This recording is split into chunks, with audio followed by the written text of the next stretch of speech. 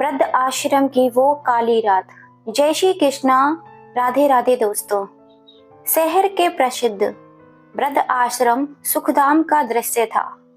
रवि एक 42 वर्षीय व्यक्ति अपनी 78 वर्षीय माँ सुनीता जी को वहां छोड़ने के लिए आया था। रिसेप्शन पर बैठी महिला से उसकी बहस चल रही थी। सुनिए मैडम, मेरी बात समझने की कोशिश कीजिए, रवि ने खींचते हुए कहा। मेरे पास दोबारा आने का समय नहीं है। आप कहें तो मैं अभी के अभी 50,000 रुपए का चेक लिख देता हूँ। बस मेरी माँ को आज की आज यहाँ एडमिशन दे दीजिए। महिला ने शांत स्वर में जवाब दिया, सर, मैंने पहले भी समझाया था कि आज आपकी माता जी का एडमिशन संभव नहीं है। हमारे वृद्ध आश्रम के संचालक बाहर गए हुए हैं और कल शाम तक ही लौट पाएंगे। आप कल अपनी माता जी को लेकर आइए, हम देख लेंगे। रवि ने गुस्से को दबाते हुए कहा, मैडम, मेरी मजबूरी को समझिए। हम लोग काफी दूर से आए हैं और 4 दिन के बाद मेरी दुबई की फ्लाइट है। मुझे दुबई जाने की बहुत सी तैयारियां भी करनी है। कृपया मेरी बात पर ध्यान दीजिए। अभी ये सारी बातें चल ही रही थी कि उसी समय रवि का फोन बजा। उसके मैनेजर का फोन था। हेलो सर, रवि ने घबराते हुए कहा। दूसरी ओर से कड़क आवाज आई, मिस्टर रवि, अभी तक आपने रिपोर्ट सबमिट क्यों नहीं की? आपने कहा था कि आज सुबह तक तैयार हो जाएगी। जी सर, मैं अभी भेजता हूँ, रवि ने जल्दबाजी में जवाब दिया। लेकिन दूसरी ओर से फोन गुस्से में काट दिया गया। रवि परेशान होकर वहीं एक कुर्सी पर बैठ गया। उसे परेशान देखकर सुनीता जी की आंखें चिंता से भर आईं। मैडम देखिए, मैं कितना उलझा हुआ हूँ, कृपया एक बार मैनेजर से बात करा दीजिए, रवि ने फिर से आग्रह किया। महिला ने ठंडे स्वर में कहा, सर, मैनेजर का फोन नेटवर्क से बाहर है। फिर उसने पास खड़े दीपक नाम के लड़के को बुलाया और कहा, दीपक, इन दोनों के लिए चाय पानी और रात को ठहरने का इंतजाम कर दो। यह सुनकर रवि चौंक गया। महिला ने समझाते हुए कहा, अगर आप कल नहीं आ सकते तो आज रात आप यहीं रुक जाइए। कमरे का इंतजाम कर दिया गया है। आप 5 नंबर के कमरे में चले जाइए। किसी भी चीज की जरूरत हो तो हमें बता दीजिएगा। बेमन से रवि अपनी माँ को लेकर कमरे में चला गया। दीपक ने वहां जमीन पर बिस्तर लगा दिया और कहा, साहब, मैं थोड़ी देर में चाय नाश्ता लेकर आता हूँ। रवि ने अपना लैपटॉप खोलकर काम निपटाने की कोशिश की, जबकि सुनीता जी ने अपने बैग में से रोटियां निकाली। रवि, मैंने सुबह सुबह तेरे लिए गोभी के पराठे बनाए थे, तुझे बहुत पसंद है ना? साथ में अचार भी रखा है, उन्होंने बड़े ही प्यार से कहा। रवि ने कोई जवाब नहीं दिया और अपने काम में लगा रहा। सुनीता जी ने धीरे से कहा, कोई बात नहीं बेटा, मैं तुझे अपने हाथों से खिला देती हूँ। पता नहीं अगली बार ऐसा मौका कब मिलेगा या मिलेगा भी या नहीं। कहते हुए उनकी आवाज कांप गई। जैसे ही सुनीता जी ने रोटी का एक निवाला तोड़कर रवि को खिलाने की कोशिश की, रवि झेपते हुए गुस्से में बोला, क्या माँ आपको तो और कोई काम है नहीं? मुझे भी बहुत सारा काम खत्म करना है। आप ही खाइए ये गोभी के पराठे, मुझे भूख नहीं है। बेटे की ये बात सुनकर सुनीता जी सहम गईं। उन्होंने चुपचाप पराठे वापस बैग में रख दिए और धीरे से बोली, ठीक है बेटा, तुम्हें जीवन में बहुत ही तरक्की मिले, बहुत बड़े आदमी बनो, भगवान से मैं यही दुआ करती हूँ। थोड़ी देर यूं ही बैठी बैठी सुनीता जी अपने अतीत में खो गई, जब वह 23 साल की उम्र में शादी करके अपने ससुराल आई थी।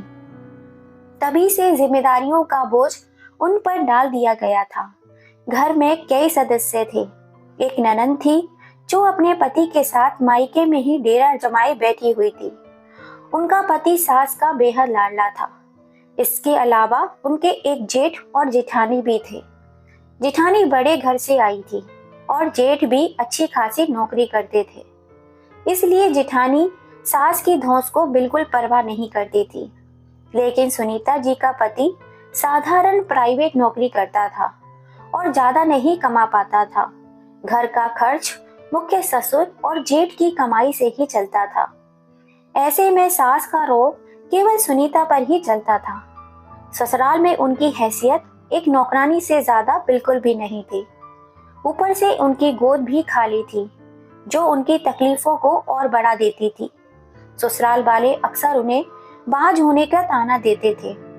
आखिरकार शादी के 10 साल बाद भगवान ने उनकी प्रार्थना सुनी और उन्हें बेटे का सुख मिला। परंतु सुनीता का यह सुख ज्यादा दिन तक टिक नहीं पाया। उनका बेटा अभी सिर्फ 2 महीने का ही था कि उनके पति का सड़क दुर्घटना में निधन हो गया। सुनीता अंदर से पूरी तरह से टूट चुकी थी। धीरे धीरे घर की स्थिति बदलने लगी। उनके जेठ और जेठानी ने परिवार से अलग होने का फैसला कर लिया। सास ससुर भी कुछ समय बाद इस दुनिया से चल बसे। ननंद और उनके पति ने अलग घर बना लिया। सुनीता अपने बेटे के साथ अकेली रह गई, लेकिन उन्होंने हार नहीं मानी। बेटे को पालने के लिए उन्होंने दूसरों के घर में झाड़ू पोंछा, बर्तन और खाना बनाने का काम करना शुरू कर दिया। हर मुश्किल के बावजूद वे अपने बेटे को कभी अकेला नहीं छोड़ती थी। आखिरकार उनकी मेहनत रंग लाई और उनका बेटा इतना काबिल बन गया कि उसे एक मल्टीनेशनल कंपनी में नौकरी मिल गई। फिर उसकी मुलाकात श्रेया नाम की लड़की से हुई। दोनों एक दूसरे की ओर आकर्षित होने लगे और जल्द ही शादी करने का फैसला कर लिया। श्रेया आधुनिक सोच की लड़की थी। घर का काम करना उसे बिल्कुल पसंद नहीं था। यहाँ घर का सारा काम सुनीता जी को ही करना पड़ता था। वहीं श्रेया का दिन घूमने फिरने और सहेलियों के साथ शॉपिंग करने या फिर मायके जाने में ही बीतता था। अगर किसी दिन घर पर रहती तो सहेलियों का अड्डा वहीं लग जाता। सुनीता जी को यह सब बिल्कुल भी पसंद नहीं था, लेकिन वे कहती भी तो किससे। अगर वे बहू को समझाने की कोशिश करती तो सीधे जवाब मिलते, और बेटा रवि तो पत्नी का दीवाना था। खैर, जैसे जैसे जिंदगी की गाड़ी चल रही थी, समय बीतता गया। रवि और श्रेया की शादी को 12 साल हो चुके थे। अब सुनीता जी के 2 पोते हैं, एक 10 साल का, दूसरा 8 साल का।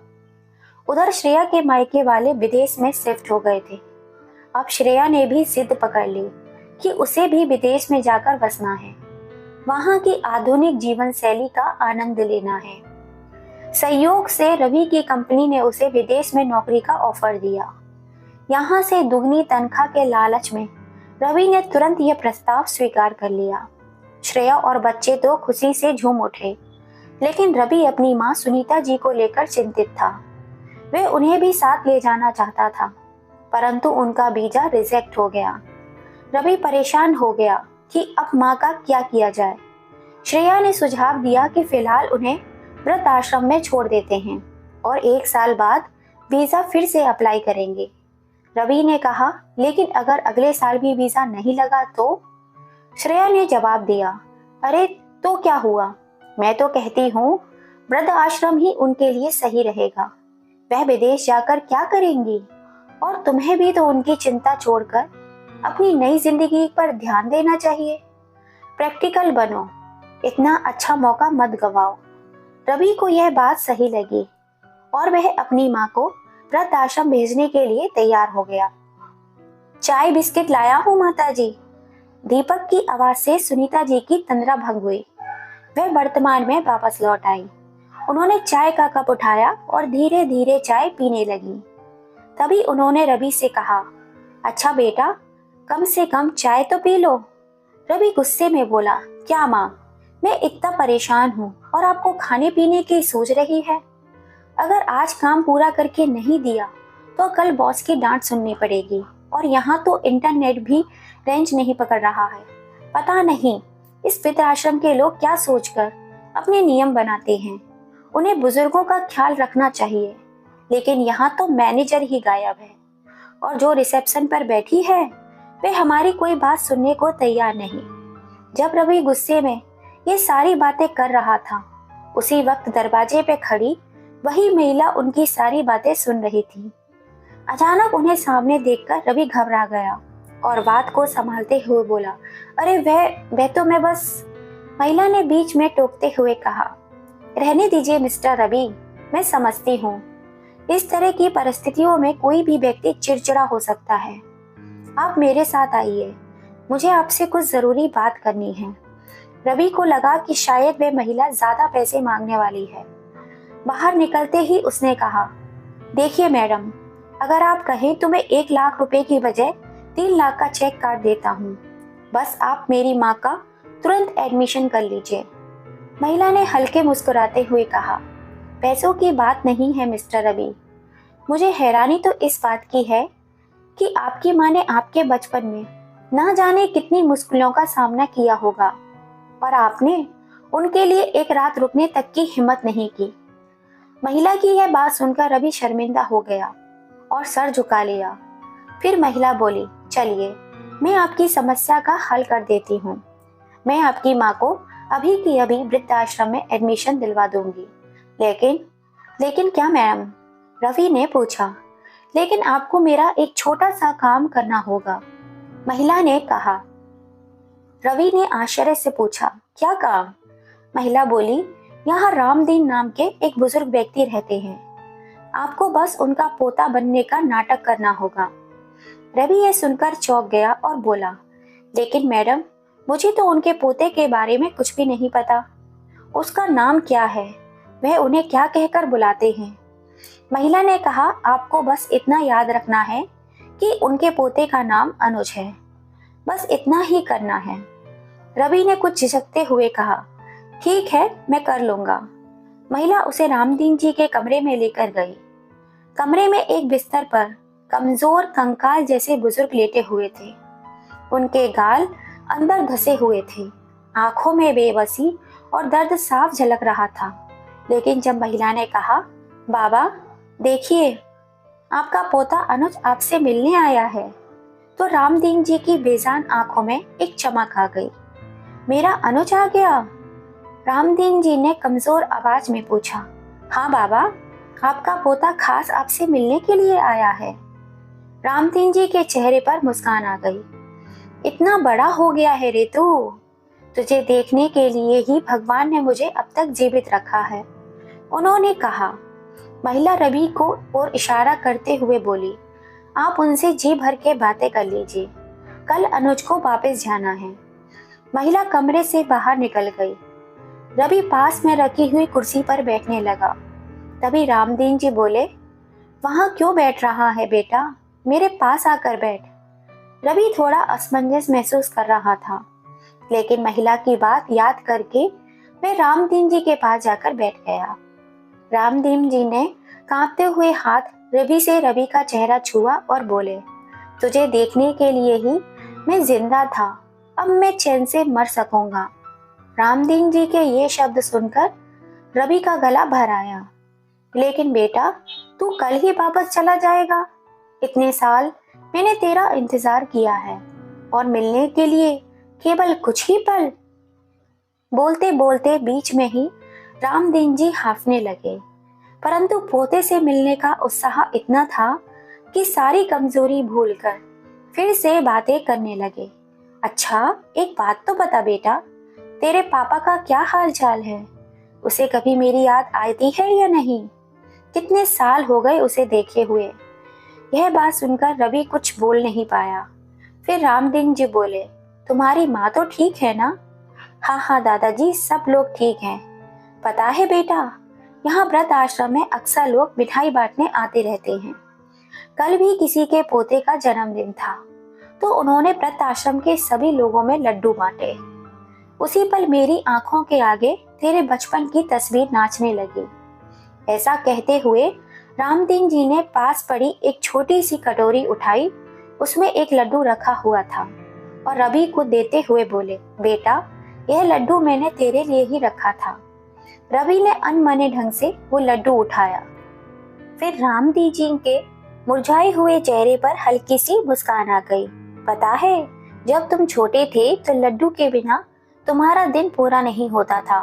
तुझे याद है बेटा, हर शाम पार्क के बहाने मेरा हाथ पकड़कर बाजार ले जाता था और हलवाई की दुकान पर सबसे पहले लड्डू खाता था। तब तेरा नन्हा सा हाथ मेरा साथ नहीं छोड़ता था, लेकिन फिर एक दिन ऐसा आया जब तूने मेरा हाथ छोड़ दिया और फिर कभी वापस नहीं थामा।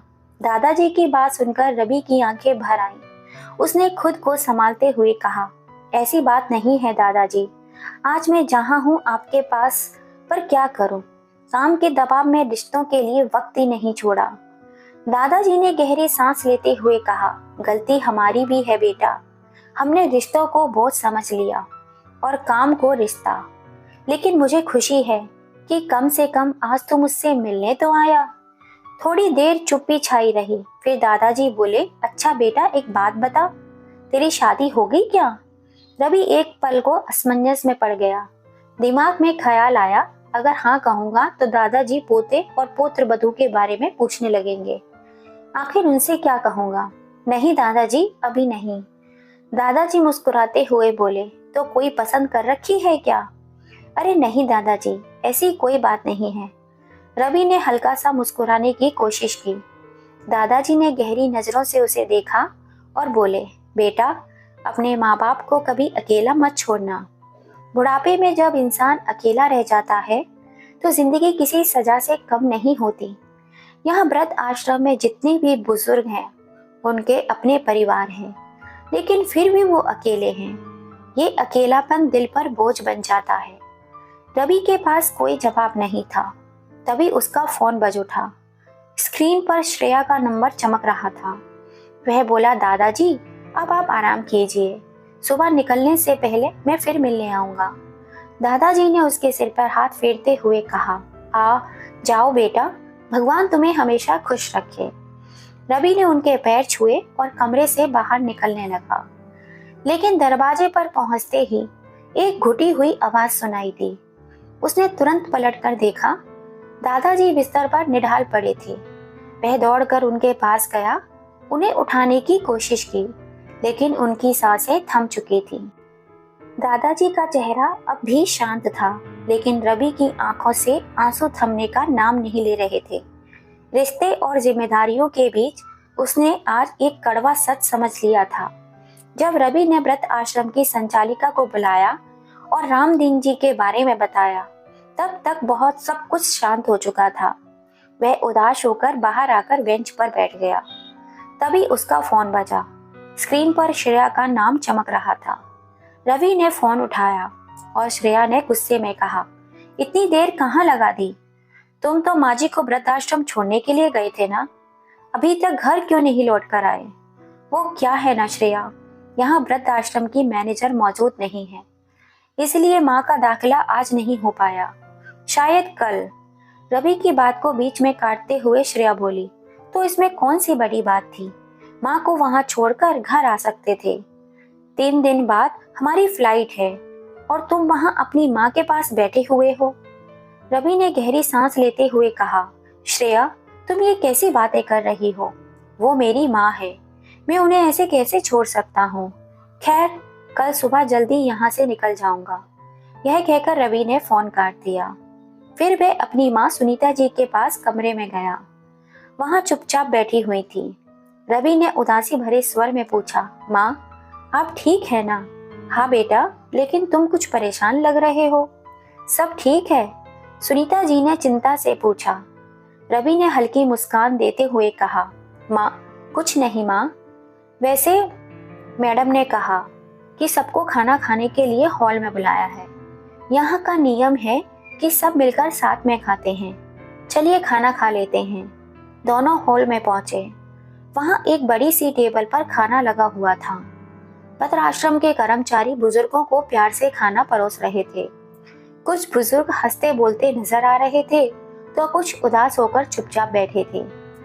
रवि ने देखा कि सभी के चेहरे पर अपने परिवार से दूर होने का दर्द साफ झलक रहा था। रवि ने मुश्किल से थोड़ा सा खाना खाया और फिर कमरे में लौट आया। थोड़ी देर बाद सुनीता जी कमरे में आई और रवि के पास आकर बैठ गईं। उन्होंने पूछा, क्या बात है बेटा, तुमने तो ठीक से खाना भी नहीं खाया, सब ठीक तो है ना? रवि ने हल्की मुस्कान के साथ कहा, माँ आपके बनाए गोभी के पराठे खाने का मन कर रहा है। सुनीता जी मुस्कुराई और अपने बैग से पराठे निकालकर उसे दिया। तुझे पता है बेटा, जब तू छोटा था तो हर रोज मुझसे गोभी के पराठे बनवाता था और कहता था, माँ आपके हाथ अपने हाथों से खिलाओ, आपके हाथों से खाने का मजा ही अलग है। आज भी खिलाइए ना माँ, रवि ने कहा। सुनीता जी ने उसे प्यार से खिलाना शुरू किया। रवि ने खाते खाते कहा, माँ आपको याद है जब मैं बचपन में मौसी के घर गया था और गली में खेलते खेलते रास्ता भटक गया था। सुनीता जी की आंखें चमक उठी। हाँ बेटा, कितनी जगह पर तुझे ढूंढा था। दोपहर से रात हो गई लेकिन तेरा कहीं पता नहीं चला। जब तू अंधेरे में घर की ओर आता दिखा तो मेरी जान में जान आई। रवि की आंखों में आंसू आ गए। माँ, मैं कभी भूल नहीं सकता जब आपने मुझे गले लगाकर कहा था, तू मेरी जान है।